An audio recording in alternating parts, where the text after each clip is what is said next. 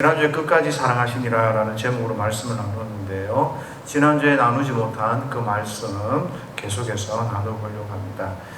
말씀을 나누기 전에 가장 먼저 생각하셔야 될 것, 중요한 사상은요, 주님께서 저와 여러분들을 끝까지 자기의 목숨을 버리시고 십자가에 달려 죽으시기까지 저와 여러분들을 사랑하시고 지키시고 보호하신다는 겁니다. 제자들은 그런 중요한 사실들을 잘 모르기도 하지만 우리 예수님의 기도를 통해서 깨닫는 것은 하나님이 예수님에게 맡기신 그 영혼은 하나도 잃어버리지 아니하신다라는 거죠. 그래서 저와 여러분들 때로는 막막할 때도 있고 때로는 힘들 때도 있고 때로는 기도가 응답이 되어지지 않는 것처럼 느껴질 때도 있지만, 그러나 이런 예수님의 그 끊임없는 변함없는 그런 절대적인 예수님의 사랑을 저와 여러분들이 좀 묵상하시고 또 경험하시고 여러분들의 삶 가운데서 간증하실 수 있는 은혜가 있으시기를 먼저 예수님의 이름으로 축복합니다. 예수님의 은혜와 사랑이 이렇게 지대하고 큰데도 불구하고요, 실제로 성경을 있는 그대로 믿지 않고 성경을 안 믿는데도 불구하고 자기 자신을 기독교인이라고 하는 그렇게 우기는 사람들이 있습니다. 그래서 이분들은 성경에 관심을 가지고 성경을 가지고 이야기를 많이 합니다. 그런데 저희들은 이런 분들을 일컬어서 자유주의자들이다라고 이야기를 합니다. 왜 자유주의자라고 하냐? 이분들이 가지고 있는 특징이 뭔가 하면 이분들은 성경을 보는데 성경은 있는 그대로 믿지 않아요. 자기가 가지고 있는 이성, 과학, 윤리적 어떤 기준들, 이런 것들을 통해서 성경을 새롭게 해석하고 이해하려고 합니다. 그러다 보니까 성경을 보다가 이성에 맞지 않으면, 내 상식에 맞지 않으면 성경을 다르게 해석을 하고 다른 의미들을 부여합니다. 성경을 보다가 과학적으로 맞지 않으면 그 당시 과학의 수준에 맞추어서 이해를 하고 의미들을 부여하게 되는 거죠. 쉽게 이야기를 하면 사람들이요, 하나님이 하신 그 일들을 판단하는 거예요. 그리고 나서 이것은 하나님이 하신 일이 아닐 거고 이런 의도를 가지고 있을 거야 라고 결정을 해주는 거예요. 해석이라는 이름을 가지고. 그러니까 내가 아는 만큼, 내가 생각하는 만큼 그렇게 하나님의 일하심을 받아들이는 사람들. 그러니까 교회는 다닌다고 하고 교회는 세워서 신앙생활을 하는 것 같지만은 성경을 하나님의 말씀으로 받지 않고 그저 판단하고 새로운 의미들을 부여하는 사람들이 있습니다.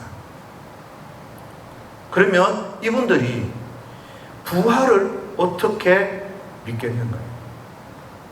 아까 말씀드렸다시피 과학적으로 근거가 없고 증명하지 못하면 이분들은 이 부활을 다른 식으로 이해를 하는 거예요. 어떻게 이해하는가 하면 실제로 예수님께서 부활하신 것이 아니다 라고 이야기를 합니다. 예수님이 죽고 돌아가시고 난 뒤에 이제 다락방에 제자들끼리 모여 있다 보니까 이 일을 어떻게 하냐? 우리가 어떻게 사냐? 이대로 우리가 3년 동안에는 같이 먹고 지내고 했는데 그냥 헤어질 거냐? 아니다. 정신 차려서 다시 한번 우리가 살아왔던 이 삶들을 한번 돌아보자. 가만히 보니까 예수님께서 우리에게 보여주신 그 놀라운 일들, 사건들, 그런 모범들이 있지 않냐. 우리가 그 예수님의 그 삶의 모범을 따라서 우리가 살면 되지 않겠냐.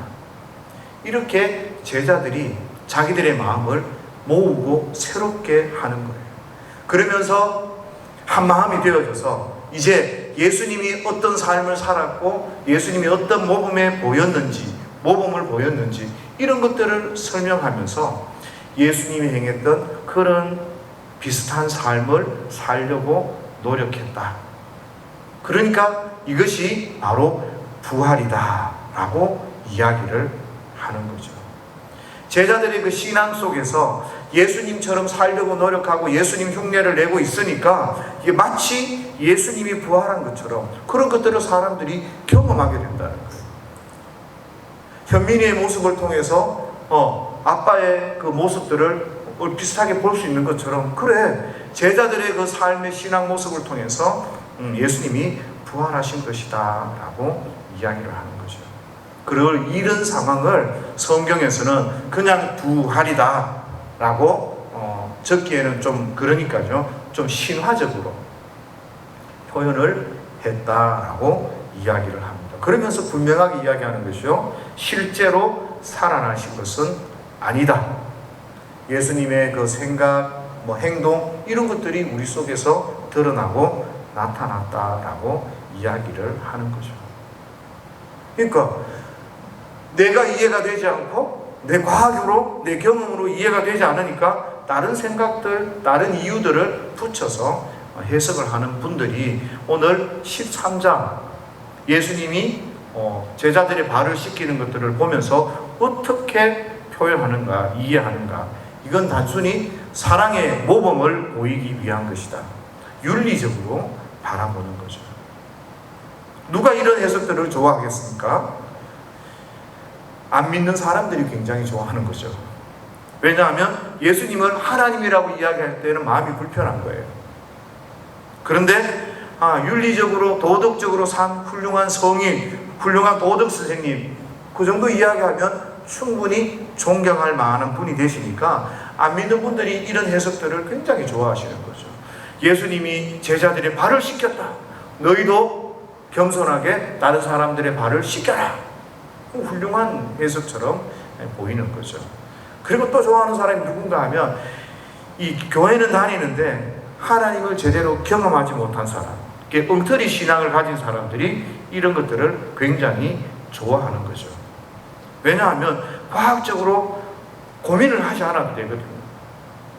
그냥 그래, 맞네, 과학하고 틀리지 않고 내 경험하고 틀리지 않고, 그래, 그 의미 있는 그런 의미를 부여했으니까 괜찮은 것 같아요 라고 받아들이는 거죠. 주로 자기가 배운 것이 많고 하나님의 은혜를 경험하지 못했고 이런 분들, 자기의가 강한 분들이 이런 케이스들이 많은 것 같아요. 왜 이런 설명들을 잘 받아들이는가 하면, 사실 우리 교회가 굉장히 배타적이거든요. 어떤 면에 있어서는 굉장히 이기적인 그런 면들이 있어요. 왜 그런가 하면, 하나님은 사랑이라고 말해놓고 모든 사람이 천국에 가고 모든 사람을 사랑하신다고 이야기하면 좋은데, 어디 성경이 그런가요? 예수 믿는 사람, 자기들만 천국에 간다고 하니 마음이 불편한 거예요. 모두가 가면 좋다고 그렇게 하면 좋잖아요. 그 천주교 같은 데 보면 그러잖아요. 하나님이 모든 인류를 위해서 사랑하시고 모든 인류를 위해서 돌아가셨습니다. 굉장히 인류애적인 그런 메시지를 턱 이제 이야기를 합니다. 그런데 그런 이야기들이요, 듣기는 굉장히 좋은데 그것이 복음은 아니다라는 거예요. 그래서 이런 것들, 이런 식으로 이 13장 본문을 생각하는 분들이 계시는 분들이 있는가 하면, 문의는 교회 다니는데 신앙은 없는, 하나님을 인정하지 않는 이런 분들이 있는가 하면, 다른 한편으로 개혁주의자라고 그러죠. 보수주의자라고. 개혁주의라는 것은 늘 교회는 하나님의 말씀 앞에 새롭게 그렇게 변해야 되고 새롭게 서야 된다. 구태의연하게 또 잘못된 것을 따라 흘러가면 안 되고, 하나님의 말씀 앞에 늘 우리를 새롭게 해야 된다라는 그런 의미인 거죠. 늘 새롭게 개혁해야 된다는 게. 보수주의는 어떤 건가 하면 성경을 지켜야 된다는 거예요. 우리는 다른 것 필요 없다. 성경대로 살아야 된다. 말씀대로 살아야 된다. 이렇게 해서 개혁주의자라고 부르기도 하고 보수주의자라고 부르기도 하고요. 또 개혁주의를 칼빈주의라고도 이야기를 하기도 합니다. 이런 사람들은 하나님이 말씀이 그대로 믿지 않고 예수님이 실제로 부활하지 않았다 하니까 이 말도 안 되는 소리다. 성경은 하나님의 말씀인데 어떻게 이런 이야기를 하느냐 예수님은 단순한 성인, 도덕 선생님이 아니라 우리의 구주이시고 우리를 구원하시는 분이시고 하나님이시다라고 표현을 하는 거죠. 그래서 단순히 이 사건을 모범을 보인 그런 사건으로만 해석하지 않습니다.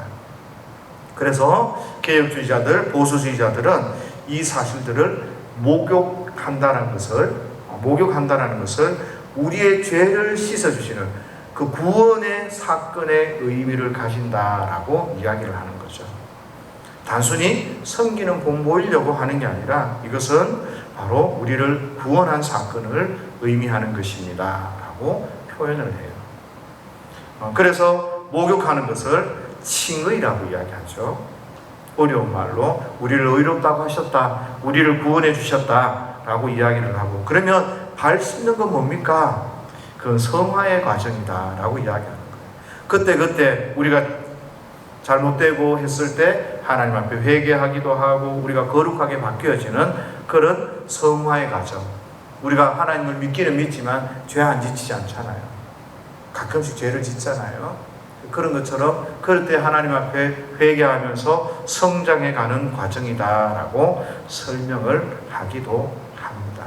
근데 이 성경을 잘 믿고 따르는 여기에도 조금의 문제는 있어요. 어떤 문제가 있는가 하면 언제 목욕을 했는가라는 거죠. 여기 있는 표현대로 이야기를 질문을 해보면 목욕한 자는 이미 온몸을 씻을 필요가 없다고 하잖아요.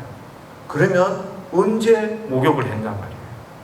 예수님께서 아직 십자가에 돌아가시지도 않고 그 구속사역을 완성하시지도 않았는데 언제 목욕을 했냐는 거예요. 언제 칭의를 받고 언제 우리가 구원함을 받았느냐라고 하면 이게 좀 문제가 되는 거죠.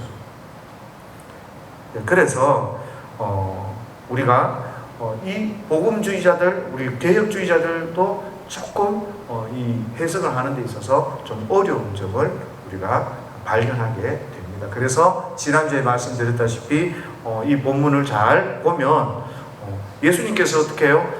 내가 네 발을 씻어주지 않으면 너와 나와 관계가 없는 것 아니냐.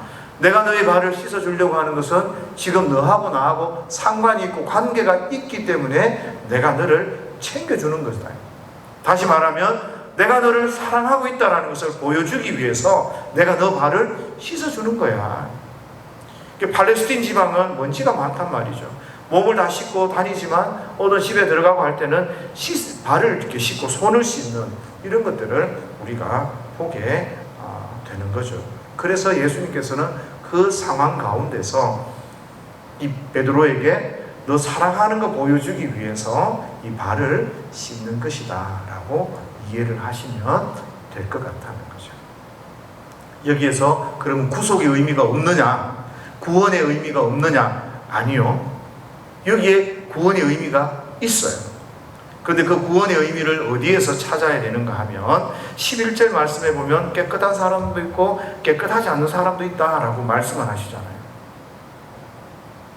그래서 이 구원의 의미를 어디에서 찾아야 되는가 하면 결례의 의미, 결례의식에서 우리가 그 구원의 의미를 좀 발견해 볼 수 있습니다. 결례의식이라는 게 뭔가 하면 씻는 거예요, 씻는 거. 그래서 깨끗하게 사람이 이제 되는, 손 씻고 하는 것도 결례의식이 되겠죠. 그런데 이 결례의식이 왜 이렇게 생겼는가라는 거예요.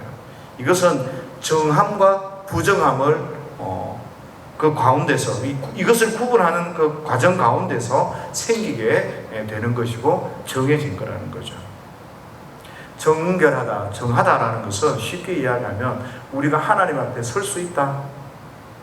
내가 하나님의 백성이고 하나님 앞에 예배할 수 있다 라는 것을 의미하는 거고요. 부정하다라는 것은 뭐예요? 내가 지금 하나님 앞에 나아갈 수 없는 상태다. 죄를 지었거나 뭔가 지저분하거나 해서 하나님 앞에 나아갈 수 없는 상태다라는 것을 보여주는 거예요. 그래서 이 부정한 상태에서 결례의식을 통해서 정결하게 되어지는 겁니다.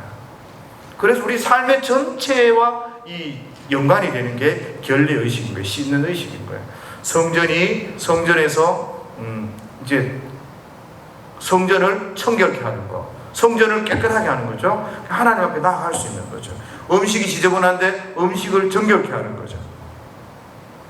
이런 일들을 우리 삶의 전반적인 것들을 통해서, 이 결례의식을 통해서 우리가 하나님 앞에 나아가게 되는 겁니다. 그래서 11장 35절에 이렇게 보면 유월절 때문에 백성들이 자기 자신을 성결하게 한다 그래요. 죄를 씻는다는 거죠. 자기를 거룩하게 하나님 앞에 나아갈 수 있도록 그렇게 하신다 그런 거죠. 성전을 정결케 하는 사건도 예수님께서 이루시고요. 이 말은 결례의식이라는, 이 결례라는 주제가, 깨끗하게 씻는다는 주제가 성경에서 계속해서 이어져 오고 있는데, 오늘은 제자들의 발을 주님이 씻어주시는 거예요. 그 정결의식을 주님이 행해 주시는 거예요. 근데 여러분 가만히 생각해 보셔요. 물로 씻으면 사람이 깨끗해집니까? 네, 때 묻은 거는 깨끗해져요. 그죠? 그러나 정말 하나님 앞에 설 수 있도록 깨끗해지는가? 물로 씻으면. 우리가 하나님 앞에 서기 위해서는 가장 중요하게 생각하셔야 될 것이 죄 문제.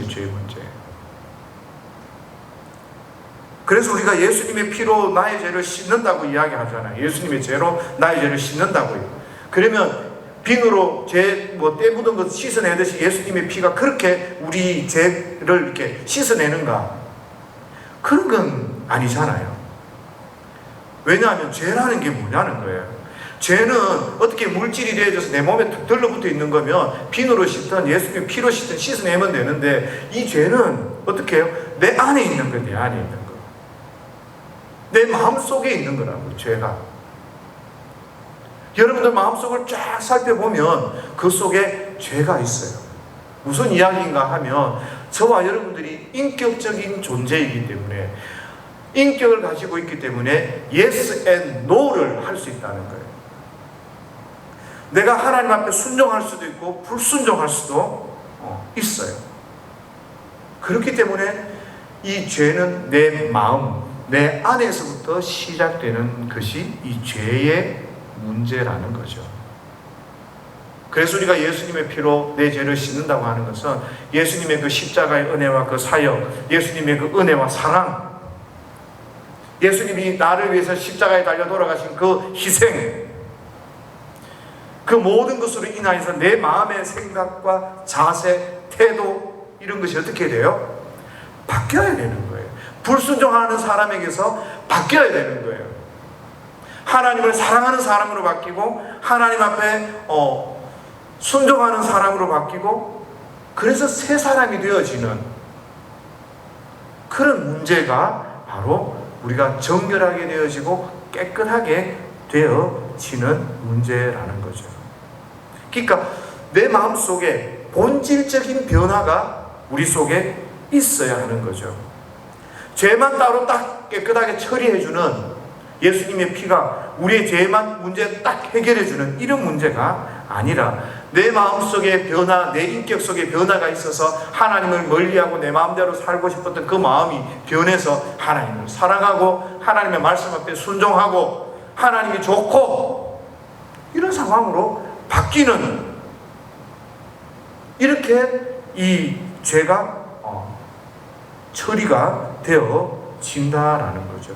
똑 떨어져서 이렇게 비누칠로 해서 떨어지는 그런 게 아니라 내 마음속의 모든 변화와 더불어서 함께 일어나는 현상이라는 거예요.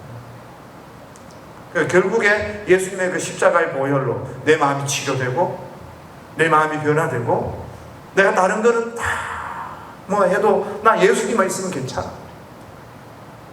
나는 주님의 은혜만, 나 그 주님의 십자가만 있으면, 하나님의 은혜만 있으면 나는 괜찮아. 이렇게 고백하고 말할 수 있게 돼야 된다는 거죠. 그래서 자기 중심에서 하나님 중심으로 변화되어지는 것, 이런 것이 바로 씻어지는, 깨끗하게 되어지는, 우리의 죄 문제가 깨끗하게 되어지는 그런 결례의식이라고 정결의식이라고 여러분들이 이해를 하셔야 한다는 거죠. 그러니까 예수님께서 제자들의 발을 씻기시면서 이 제자들의 발을 씻기는 이 정결의식, 이 씻기는 의식을 보면서 내가 예수님 때문에 내 마음이 변화되고 내 마음이 치료되고 내 마음이 온전하게 하나님의 은혜와 사랑 가운데 거해야 되는구나 라는 이런 교훈을 받으셔야 한다라는 거예요. 그러니까 여기는 깨끗함을 입은 사람도 있고 깨끗하지 못한 사람도 있으니까 깨끗하지 못한 그 제자 유다는 구원받지 못하는 거고, 깨끗함을 씻음을 받은 사람들은 다 구원을 받으니까 구원과도 연결이 되어지는 것입니다. 그러나 어때요? 자유주의자들이 이야기하는 거나 우리 개혁주의에서 이야기하는 것처럼 단순히 그런 문제들이 아니라 정말 어떻게 보면 하나님이 우리를 끝까지 사랑하고 계시는 그 사랑의 모습을 우리는 오늘 본문을 통해서 찾아볼 수 있습니다. 그런데 15절 말씀을 오늘 읽지는 않았지만 보면 이런 말씀이 있죠. 내가 너희에게 행한 것 같이 너희도 행하게 하여 본을 보였노라. 봐라, 본을 보이라고. 본을 보인 거 아니냐? 발 씻는 그 본을 보인 것 아니냐? 너희도 이와 같이 하라 그랬으니까 사람들이 이제 아까 처음에 이야기했던 섬김의 이 모습들, 또 그리고 나서 발을 씻는 그 윤리적인 모습에 사람들이 좀 비중을 두고 싶은 마음들이 있습니다. 그러나 우리가 좀 이 본을 받는다라는 의미를 다시 한번 좀 생각해 보셔야 될게요. 13장 34절, 35절 말씀에 보면 어떤 말씀이 있습니까? 사랑해라. 너희는 서로 사랑해라. 사랑해야 너희가 내 제자인 줄 사람들이 알 것이다 라고 이야기한단 말이죠. 이 말은 무슨 말입니까? 바꿔서 이야기하면, 쉽게 이야기하면 이런 거죠. 우리가 예수 믿는 사람이 그 속에 사랑의 행동이 있어야 진짜 제자가 된다는 거예요. 예수 믿는 사람이 사랑하는 마음이 없고 사랑하는 행동이 없고 사랑하지 않으면 그 제자 아니고 예수 믿는 거 아니다 라고 말씀을 하시는 겁니다. 제자요? 제자는 좀 특별한 사람 아닌가요? 아니요. 제자는 이런 사람이에요. 제자는 배우는 사람이 제자예요. 스승을 둔 사람이 제자예요. 바꿔서 이야기하면 예수님을 따라가고 예수님께 배우는 사람이 바로 제자란 말입니다. 그런 의미에서 모든 성도는 제자입니다. 제자. 우리는 예수님의 제자입니다. 예수님을 따라 살기를 원하고 예수님께 배우는 사람이기 때문에. 그런데 요한일서 3장 14절에 보면 이런 말씀이 있어요. 우리는 형제를 사랑함으로 사망에서 옮겨 생명으로 들어간 줄 안다. 형제를 사랑함으로써 사망에서 생명으로 갔다는 거예요. 내가 형제를 사랑하니까 사망에서 구원받았다는 거죠. 생명으로 들어갔다라고 이야기를 해요. 우리는 믿음으로 구원받는데 형제 사랑하니까 구원받는다고 성경이 말씀하시네요. 가슴이 뜨끔뜨끔한 이야기죠. 믿기만 하면 되는 줄 알았는데 형제를 사랑하지 않으면 너 구원 못 받았다. 그리고 요한복음 5장 24절 이 말씀이 있어요. 내 말을 듣고 나 보내신 이를 믿는 자는 영생을 얻고 심판에 이르지 아니하나니 사망에서 생명으로 옮겨졌느니라. 그렇게 말씀합니다. 요한이 기록했는데 어느 한쪽에서는 네가 형제를 사랑해서 구원을 받았고, 요한복음에서는 네가 내 말을 듣고 순종하고 믿었기 때문에 구원을 받았다라고 말씀하는 것이죠. 형제를 사랑하지 않는 자 구원받지 못했고, 이런 이야기를 하면 우리로 하여금 되게 헷갈리게 한단 말입니다. 우리는 여기에서 우리의 믿음이 무엇인지, 형제를 사랑하는 것이 무엇인지, 그리고 하나님 앞에 순종하는 것이 무엇인지를 고민하게 되는 것입니다. 적어도요, 예수님의 사랑을 받고 예수님과 관계가 있었던 사람, 예수님 앞에 발 씻김을 받았던 그런 사람은요, 그렇게 해서 예수님으로부터 정결하게 되고 예수님의 하나님의 사람이 되었던 사람은요, 바로 나도 남의 발을 씻어주고 남을 사랑해야 된다는 거예요. 안 그러면 구원받은 사람 아니다. 너는 하나님의 사랑을 받았다고 이야기하고 너는 예수님의 그 발 씻김을 받았다고 이야기하지만 너는 그러면 어떻게 사느냐? 너는 다른 사람의 발을 왜 씻겨주지 않느냐? 다른 사람의 발을 씻기는 그런 사랑하는, 형제를 사랑하는 그런 사람의 모습이 있어야 한다는 거예요. 예수 믿는 사람은요, 예수님의 마음을 가지고, 내 마음 갖고 사랑하라는 소리 아니에요. 하나님의 마음을 가지고 남을 사랑해야 된다. 이 말은 믿음과 사랑이 하나다. 믿음과 사랑은 연결되어져 있다라는. 믿는 사람이 사랑 안 한다.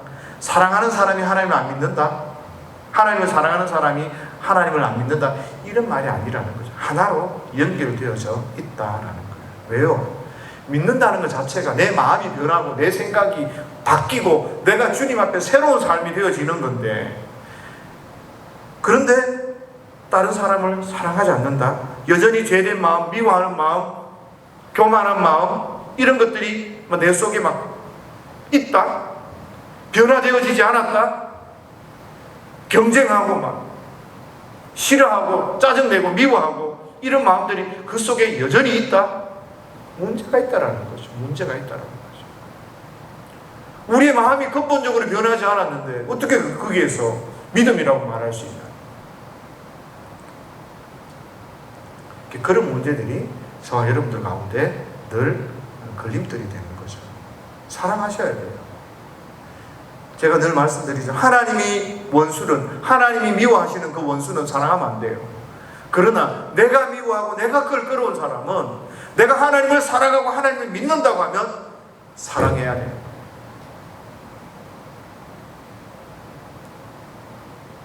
하나님의 마음이 어떤지를 그래서 우리는 늘 살펴야 되는 거죠.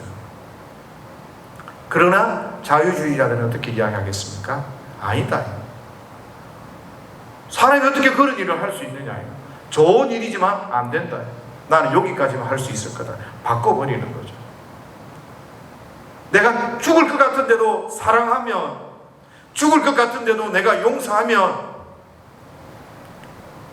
하나님은 그 속에서 일하시거든. 그 순종 가운데 하나님이 일하시거든. 그런데 어떻게 하겠어요? 아니야, 그런 일은 있을 수 없어 라고 사람들이 말하지 않겠습니까? 그런데 우리가 좀 기억해야 할 것은요, 왜 하나님께서 사람들이 못 믿을 만한 일들, 부담스러울 만한 일들을 이 성경에다 기록해 놨겠나요? 이것을 구원의 길이라고 우리에게 설명하고 우리에게 제시하고 있나요? 말이죠. 기술 발달할 걸 주님이 모르셔서요? 아니에요. 이 기술 발달하고 막 과학이 발달한 이 상황 가운데서 무식하게 그냥 그렇게 막 살아야 된다고? 그런 게 아닌 거죠. 그죠? 여기에는 하나님의 비밀이 있는 거죠. 하나님이 그 믿지 못할 그 일들을 우리 가운데 드러내놓고 그것을 믿으라고 하는 것은 정말 저와 여러분들이 참된 믿음을 가지고 우리를 온전케 하고 우리를 회복시키시고 참된 창조자가 누구인지 네가 그 믿음의 눈을 가지고 바라봐야 되고 네가 분명히 알아야 된다. 사람들은 인정하지 않을 거야. 그렇지만 너는 믿음의 눈을 가지고 하나님을 인정해야 돼. 이런 것들을 보여주시는 거 아니겠어요? 시대를 넘고 과학을 넘고 사람들은 끊임없이 인류가 창조된 그 이후부터, 죄가 들어온 그 이후부터 사람들은 하나님을 반역하고 하나님이 하나님 아니시라는 것들을 증거하기 위해서 막 이야기하고 있잖아요. 우리는 하나님 앞에 서야 하는 거예요. 하나님 앞에 서야. 우리가 그런 말씀을 순종하고 받아들임으로 내 삶이 변화되어지고 하나님의 그 은혜들을 경험하게 되고 하나님 앞에 서게 되는 것입니다.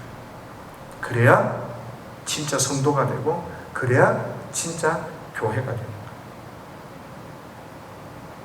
내 생각만큼만 믿고 내가 이해하는 만큼만 믿고 그렇게 하면 그거는 자기 종교에 불과할 뿐인 것입니다. 그래서 하나님께서 때로는 우리 속에 어려운 일들도 어려운 과제도 우리에게 주시는 거예요. 하나님의 위대하신 하나님의 하나님 되심을 우리가 알고 받아들이라고. 그래서 저와 여러분들이 이번 한 주간 또 살아가시는 과정 가운데서도요, 이런 하나님의 도전, 하나님 우리에게 주시는 그런 어려움, 부담스러움, 이런 것들 가운데서도요, 성도답게, 교회답게 말씀 앞에 좀 순종하시기 바랍니다. 때로는 많은 사람들이 너 왜 그렇게 무식한 행동을 하고 무식하게 그렇게 하냐. 요즘처럼 AI가 판을 치고 우주에 나가는 이런 세상에 왜 그렇게 하냐. 그러나 우리는 그 속에서 사람이 진짜 하나님 앞에 설 수 있고 하나님의 하나님 되심을 경험할 수 있고, 그래서 저와 여러분들은 누가 뭐라 하든 하나님의 말씀 앞에서 순종하고 또 하나님 앞에서 믿음으로 나아가는 그런 삶을 통해서 하나님의 영광 돌릴 수 있는 저와 여러분들 될 수 있기를 예수님의 이름으로 축복합니다.